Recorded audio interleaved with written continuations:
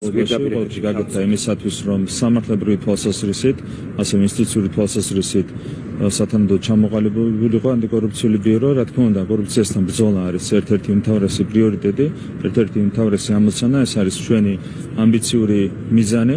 ჩემი საპარლამენტო გამოსვლის დროს მქონდა საუბარი იმაზე, რომ დღევანდელი მონაცემები არის მართალია კარგი, მაგრამ მით არ უნდა ვიყოთ ბუნებრივად თვითკმაყოფილი. ჩვენი ამბიციური ამოცანაა, რომ ევროპის ქვეყნების სამეულში დაიკავოს ჩვენმა ქვეყანამ ადგილი კორუფციის სიმცირის თვალსაზრისით, რა თქმა უნდა, ამ ამოცანის შესრულებაში ბიუროს ენიჭება განსაკუთრებული როლი. მე მინდა ბატონ რაზმ გუბრაშვილს, ბიუროს ხელმძღვანელს გადავხატო მადლობა 1 წლის განმავლობაში გაწეული საქმიანობისთვის, რაც ქმნის ძალიან კარგ საფუძველს იმისათვის, რომ საკუთარი მიზნები ბიურომ სათანადოდ განახორციელოს. ბატონო ირაკლი, ქრონიკის ინფორმაციით ერთ-ერთი საელჩოს წარმომადგენლობას ვიკინგის მომხრე მოსამართლეები ყავს ევროპის დედაქალაქში წაყვანილი. რა იცით ამ შესახებ და როგორ ფიქრობთ, რას ემსახურება? ამ კონკრეტულ ფაქტზე მე არ მაქვს ინფორმაცია. მე ზოგადად შემიძლია გითხრათ ერთი რამ, რომ არ ვარგა, როდესაც გარკვეული ტიპის პრივილეგიები გამოიყენება სასამართლოს დამოუკიდებლობაში ჩარევის მიზნით. თქვენ გახსოვთ მოსამართლე ჩხიკვაძის საქმე, მას მოსთხოვეს ანგარიში კონკრეტულ საქმესთან დაკავშირებით და შემდეგ გაუქმეს ვიზიტი ერთ-ერთ სახელმწიფოში. ხო, აქედან ჩანს, ამ კონკრეტული ფაქტიდან ჩანს, რომ ვიღაცების გადმოსახედიდან გარკვეული პრივილეგიები, ვიზიტები, მათ შორის განიხილება როგორც სასამართლოს დამოუკიდებლობაში ჩარევის ინსტრუმენტი, რაც არის ძალიან ცუდი პრაქტიკა და რა თქმა უნდა ეს პრაქტიკა უნდა აღიკვეთოს. ამ კონკრეტულ ფაქტზე ინფორმაცია არ მაქვს. მე მოსამართლებთან დაკავშირებით გითხავთ მეც ბატონო ირაკლი, გაჩნდა წარწერები, ქალაქში იძებნება სამართალი, ჩვენ ყველაზე მდიდარი მოსამართლეები არა გონებით, არამედ ქონებით, მოკლედ თბილისში არის ძალიან ბევრ ადგილას ასეთი სტენსილები. როგორ ფიქრობთ, რას ნიშნავს ეს? არის თუ არა საზოგადოებაში პროტესტი იმის გამო, რომ ვეტინგზე ეთქვა უარი და არ შემოწმდებიან მოსამართლეები და ერთსაც გითხავთ ასევე შალვა თადუმაძის განცხადებასთან დაკავშირებით. უზენაეს სასამართლოში თქვა, რომ სასამართლოს მიღმა უნდა ეძიონ საერთაშორისო დონის კორუმპირებულები და საგარეო საქმეთა სამინისტროს მიმართა და იყო საყვედური სტონი, ანუ მისი მხრიდან როგორ ფიქრობთ, რაზე მიანიშნა რაც შეეხება წარწერებს, ეს არის საბჭოური სტილის კამპანია, რომელსაც აწარმოებენ უცხოური გავლენის აგენტები საქართველოში. რაც ძალიან სამწუხაროა, თქვენ გახსოვთ, რომ სტიგმატიზაცია ხდებოდა წლების განმავლობაში სასამართლო სისტემის, მოსამართლეების. თქვენ გახსოვთ, რომ ტერმინი მოიფიქრეს ამ მიზნით, ეს ხო კლანი და ასე შემდეგ. ეს არის ჩვეულებრივი საბჭოური სტილის პროპაგანდა, რასაც სამწუხაროდ უცხოური გავლენის აგენტები აწარმოებენ საქართველოში. რა თქმა უნდა, საზოგადოება უნდა დაუპირისპირდეს ამ ყველაფერს, უნდა დაუპირისპირდეს სიმართლით. ხო, სიმართლე არის ის, რომ 2012 წლის შემდეგ სასამართლო სისტემაში რადიკალურად შეიცვალა ვითარება, როდესაც სასამართლო იყო სწორედ ამ უცხოური გავლენის აგენტების ხელში, მაშინ ეს ინსტიტუტი გამოიყენებოდა როგორც ადამიანების ჩაგვრის ერთ-ერთი უმთავრესი ინსტრუმენტი. დღეს ეს ადამიანები, ეს უცხოური გავლენის აგენტები აწარმოებენ კამპანიას იმ სასამართლოს წინააღმდეგ, რომელიც ფუნდამენტურად გარდაიქმნა 2012 წლის შემდეგ. ეს საბჭოური სტილის პროპაგანდა არის აბსოლუტურად მიუღებელი პირადად ჩემთვის. განცხადება შინაარსი იყო ასეთი, რომ სასამართლოს გარეთ უნდა ეძებონ კორუმპირებულები. საგარეო საქმეთა სამინისტროს მიმართულებით იყო განცხადება. ნახეთ, ერთი რამე არის აქ მნიშვნელოვანი. როდესაც საუბარია სასამართლო სისტემაზე, ყველა მკეთილი უნდა ინებოს და უნდა ისაუბროს ფაქტებით. დღემდე ჩვენ ვერ ვისმენთ ფაქტებს და ამიტომ უწევთ საბჭოური სტილის კამპანიების წარმოება სასამართლოს წინააღმდეგ. ყოველგვარი ფაქტების, ყოველგვარი არგუმენტების გარეშე. ეს არის სწორედ საბჭოთა სტილი და სამწუხაროა, რომ ესეთი საბჭოური სტილის კამპანიები წარმოებს იმ ადამიანების მხრიდან, რომლებმაც 2012 წლამდე სასამართლო აქციას ადამიანების ჩაგვრის ერთ-ერთ ინსტრუმენტად. რა თქმა უნდა, ამას არ უნდა შეეგუოს საზოგადოება და ჩვენ ყოველთვის ხმას ავიმაღლებთ ამ უცხოური გავლენის აგენტების წინააღმდეგ, რომლებიც ასეთი ტიპის საბჭოური სტილის კამპანიებს აწარმოებენ. ხო, ეს არის აბსოლუტურად მიუღებელი.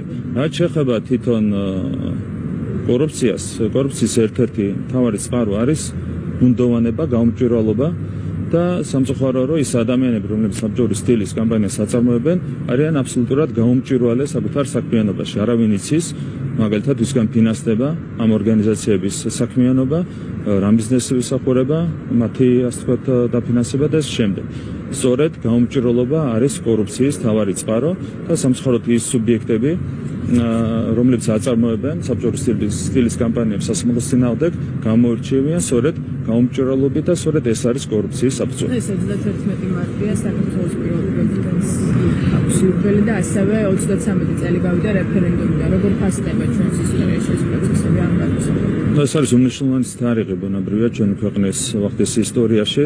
31 მარტი არის რეფერენდუმის დღე და ის დღე, რომელმაც საფუძველი დაუდო ჩვენი სახელმწიფოებრივი დამოუკიდებლობის აღდგენას, რა თქმა უნდა, სიმბოლურია, რომ სწორედ პირველი პრეზიდენტის დაბადების დღეს დაემთხვა რეფერენდუმის დღე.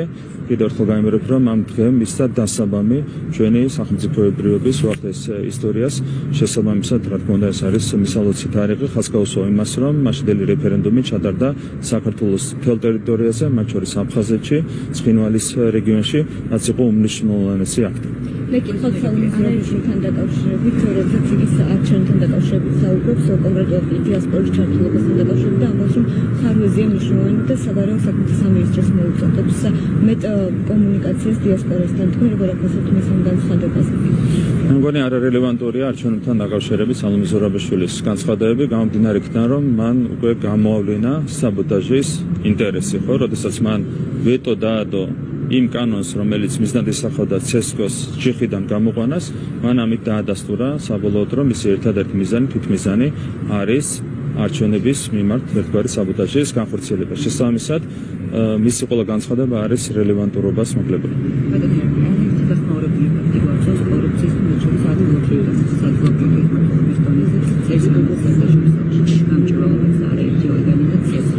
ასევე ვიცით, რომ ჯანდაცვის მინისტრობაც სწორედ ამ ხელოვნებით დატოვა კონსტიტუციით მიზეზი ეს იყო. რასაკეთებს ხელისუფლება ამ კუთხით, თუნდაც ჯანდაცვის სფეროში დასახელებული კორუფციული მომენტების აღმოსახვებლად, რაც შეეხება კონკრეტულ მომენტებს შეეხება გამჭრელობაზე საუბრობთ და რაც შეეხება ყოფილ ჯანდაცვის მინისტრს, მის მიერ თანამდებობის დატოვებას არავითარი კავშირი არ ჰქონდა კორუფციასთან, ეს ერთი. რაც შეეხება კორუფციასთან ბრძოლას, კიდევ ერთხელ გამიმერებ, ეს არის ჩვენი ერთ-ერთი უმთავრესი ამოცანა. გვაქვს კარგი მონაცემები, ხო, კიდევ ერთხელ ხაზს გაუსვა, ყველა საერთაშორისო რეიტინგის მიხედვით გვაქვს კარგი მონაცემები კორუფციის სიმცირის თვალსაზრისით და უსწრებთ ყველა კანდიდატ ქვეყანას, ევროკავშირის წევრობის ყველა კანდიდატ ქვეყანას და ევროკავშირის წევრ 10-მდე ქვეყანას. თუმცა თავისთავად ის ფაქტი, რომ ევროკავშირის წევრი დაახლოებით 20 ქვეყანა გვისწრებს, მეტყველებს იმაზე, რომ კიდევ ბევრია გასაკეთებელი იმისათვის, რომ ჩვენ ვებრძოლოთ კორუფციას და შევამციროთ კორუფცია ჩვენს ქვეყანაში. გვაქვს კიდევ ერთხელ გამიმერებ ძალიან ამბიციური მიზანი, რომ ჩვენ ევროპის სამეულში დავიკავოთ ადგილი კორუფციასთან ბრძოლის და კორუფციის სიმცირის თვალსაზრისით. შესაბამისად, ბევრი რამ არის გასაკეთებელი. უკვე გადაიდგა ამ ერთ თვის განმავლობაში არაერთი ნაბიჯი იმისათვის, რომ ჩვენ გვეზრუნა პრევენციაზე, თუმცა მომავალში ძალიან ბევრი რამ გაკეთდება. მე გვერდებით, რომ უახლოესი ერთი წლის განმავლობაში გვექნება თვისებრივი ხელშესახები, შედეგები კორუფციის კიდევ უფრო მეტად შემცირების თვალსაზრისით. ჩვენი მიზანია, რა თქმა უნდა, კორუფციის სრულად აღმოფხვრა, რაც რა თქმა უნდა ძალიან რთული ამოცანა. ყველა ქვეყანაში არის კორუფცია, მათ შორის სკანდინავიის ქვეყნებშიც კი, რომლებიც გამოირჩევიან ყველაზე დაბალი ხარისხით კორუფციის. თუმცა ჩვენ გვაქვს პოლიტიკური ნება და ამ პოლიტიკური ნების პირობებში შესაძლებელია, რომ ჩვენ ამ ამბიციურ მიზანს მივახციოთ, რასაც ქვია ევროპის სამეულში ადგილის დაკავება. თქვენ დადებითად შეაფასეთ რაჟდან კუპრაშვილის საქმიანობა ერთწლიანი, თუმცა ამ ანგარიში ჩვენ ვერაფერი მოვისმინეთ უამრავ ჟურნალისტურ გამოძიებაზე ირაკლი ღარიბაშვილთან დაკავშირებით, მაგალითად ან ჯუანშერ ბურჯულაძესთან დაკავშირებით ძალიან ბევრი კითხვა ჩნდებოდა სავარაუდო კორუფციასთან, ხო, დამეთანხმებით ალბათ და არ ფიქრობთ, რომ ანგარიში მინიმუმ უნდა მოხვედრილიყო, რომ თუნდაც მოიკვლია დაინტერესდა ამ შემოსავლებით, რომელიც ვერ საბუთდებოდა იმ შემთხვევაში, რომ დადებითად შეფასებულიყო მისი საქმიანობა? მე შეგრემულად არ შემოვალ სიღრმეებში, რაც შეეხება ანტიკორუფციული ბიუროს საქმიანობას. ამ ერთ წლის განმავლობაში ყველაფერი გაკეთდა იმისათვის, რომ ბიურო ინსტიტუციურად გამართულიყო და შექმნილიყო საფუძველი კორუფციასთან ბრძოლისთვის. შესაბამისად, ეს ერთი წელი იძლევა ძალიან კარგ შეასრულებას იმისა, რომ ბიურო მომავალში ძალიან დიდი წარმატებით განახორციელოს საკუთარი უფლებამოსილები. რაც შეეხება ჩვენს თანაგუნდელებს, ყოფილ თანაგუნდელებს, ამ სპეკულაციურ, ასე ვთქვათ, განცხადებებში მე არ მინდა შემოვიდე. გვარამია საქმესთან დაკავშირებით კითხვა სტრასბურგმა არ მიიღო მისი საქმე განსახილველი და ახლა გაეროს ადამიანის უფლებათა კომიტეტში აქვს. თქვენ როგორ აფასებთ, რა მოლოდინები გაქვთ გაეროს ხელმოკლედ და რას ნიშნავს, როდესაც სტრასბურგმა უარი გაუხსნა? და მიიღება. Ну, ეს არის მარტივი პიარული ტრიუკი, რეალურად სტრასბურგის სასამართლომ უკვე დაადასტურა ის, რაც თავის დროზე დაადგინა ქართულმა მართლმსაჯულებამ. რეალურად ყველამ ძალიან კარგად იცის, რომ გვარამიას აქვს ჩადენილი სისხლის სამართლის დანაშაული, კერძოდ მან ერთ-ერთ ტელევიზიას წაართვა მობარა 7 მილიონი. ხო, ეს არის მისი დანაშაული შინაარსი, ეს არის მძიმე დანაშაული, განსაკუთრებით გამომდინარე იქიდან, რომ ეს იყო მედიის წინააღმდეგ მიმართული დანაშაული. ეს დადასტურდა საბოლოო ჯამში სტრასბურგის გადაწყვეტილებით, რა თქმა უნდა, ვერავით არის პიარული ტრიუკი, ვეღარ დაეხმარება გვარამიას იმაში, რომ ეს ლაქა ჩამოიწყდეს. ნელო ამბობს, რომ ქართულ საგას დაპირებები არ შეუსრულებია, როგორც არის სიგარეტის და უშუალობის დაძლევა 100 ახალი ქარხანა. ამ კამპანიას რას უკავშირებთ? Ну, რეალურად ყველაფერზე მეტყველებს ის მონაცემები, რომლებიც გვაქვს. ხო, რაც შეეხება სიგარების შემცირებას, სიგარების მაჩვენებელი იყო 1,100,000 ადამიანი 2012 წელს. და ისი პარტნიორი პარტია ნაცმოძრაობა ერთად იყვნენ დაკავებული ბიზნესის რეკეტით, ხო? 1,100,000 ადამიანი იყო მაშინ სიგარების ღვარს მიღმა, დღევანდელი მაჩვენებელი ჩამოსნელია 600,000. ეს ნიშნავს იმას, რომ განახევდა პრაქტიკულად სიგარები ჩვენს ქვეყანაში.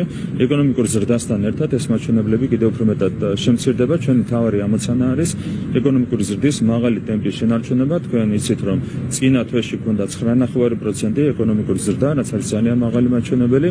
ჩვენი მიზანია, რომ ეს ტენდენცია შევინარჩუნოთ ასეთ პირობებში, რა თქმა უნდა, კიდევ უფრო მეტად შემცირდება სიგარები ჩვენს ქვეყანაში, რაც მოგცემს საშუალებიან პერსპექტივაში სიგარების სრულად აღმოფხრის საშუალებას. ეს არის ჩვენი ერთ-ერთი უმთავრესი ეროვნული ამოცანა. მადლობა.